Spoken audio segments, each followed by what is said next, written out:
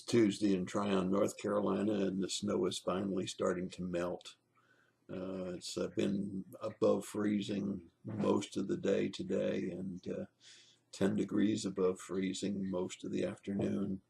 Forecasting warm weather again tonight and tomorrow, and maybe even some rain by the end of the week. So the state road is open. The POA, the Property Owners Association, has plowed the gravel roads leading to our house, and they're very icy. Even a four-wheel vehicle has some difficulty on that ice. But hopefully by tomorrow this time, we'll see the roads clear all the way to our house, and I may have to help the driveway along with a little bit of antifreeze or some rock salt or something, but we should be able to get out of here by regular car by Thursday, I would think, at the latest. And I guess probably thinking today about funerals, because they always seem to come in clusters. When I was a pastor in Florida, I've watched Mark Bishop, and he's gone through, I think, probably 8 or 10 funerals in the last 2 months, and I can relate well to that because that happened to me frequently. One of the difficult things was when a family member would ask you to do a funeral for someone who had never made a public profession of faith. And how do you console somebody like that without lying or giving false hope to someone about the destiny of those that have never accepted Christ? And as I was meditating today, and as I was looking through some scriptures, I was reminded of one of the wonderful passages of scripture that a pastor can use in a situation like that, because we don't know what a person does in those last hours of life, whether they're conscious or unconscious. We don't know what they're doing.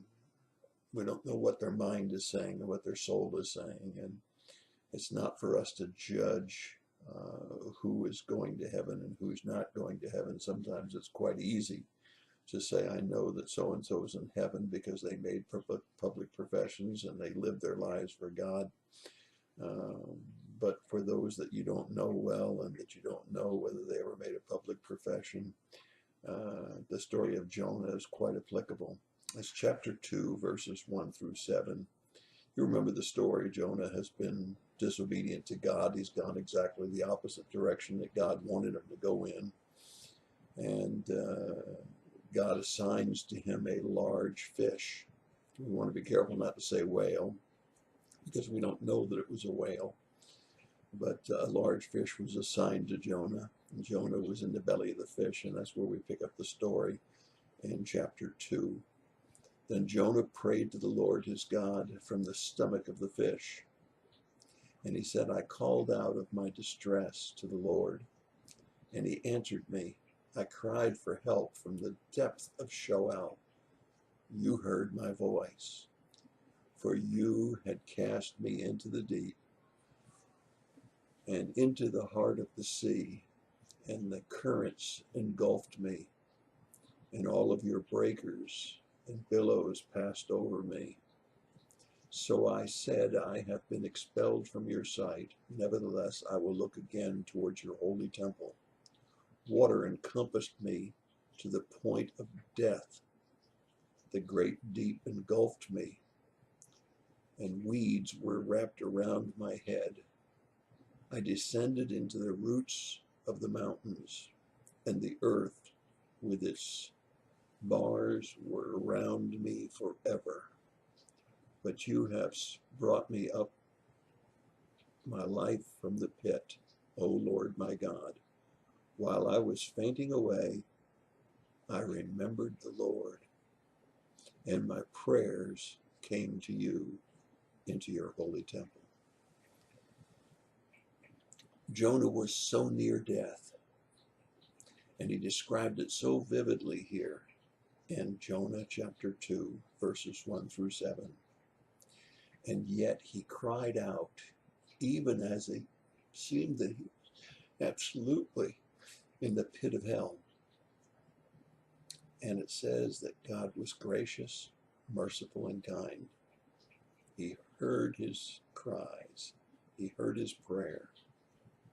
And it tells us in the next part of the chapter that the whale vomited him up on the shore and he was able to carry out God's mission. Now, you say, well, Pastor, you don't want to give people false hope, and that's right. And you don't certainly want to preach a gospel that says that you can pray somebody back from the dead or from purgatory, because that's not scriptural. But here I think you find a very good biblical basis for someone that is very near death, and they cry out to the Lord, and the Lord hears. That's a shame, all the wasted years. And it's a shame they didn't make it public so their family wouldn't have to worry about where they were for eternity. But here is a passage of scripture that I believe can be given honestly.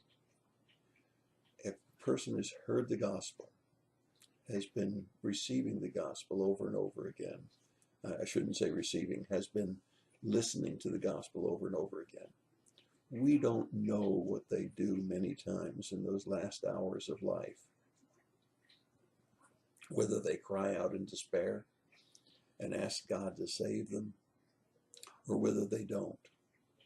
And that's not our business. Our business is to proclaim the gospel and to comfort those that have been left behind.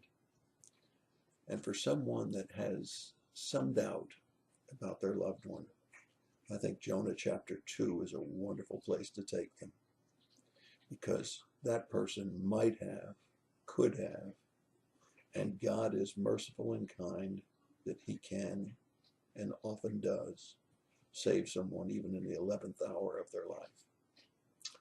I've been with people that repented in a deathbed situation.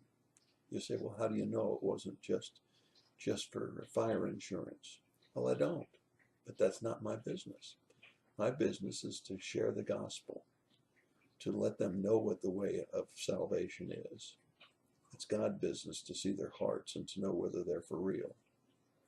So, my friends, if someone rejects Christ up to their very last breath, I'm afraid they're spending an eternity in hell. But we don't know what they do in those last breaths, whether they will turn to you or not.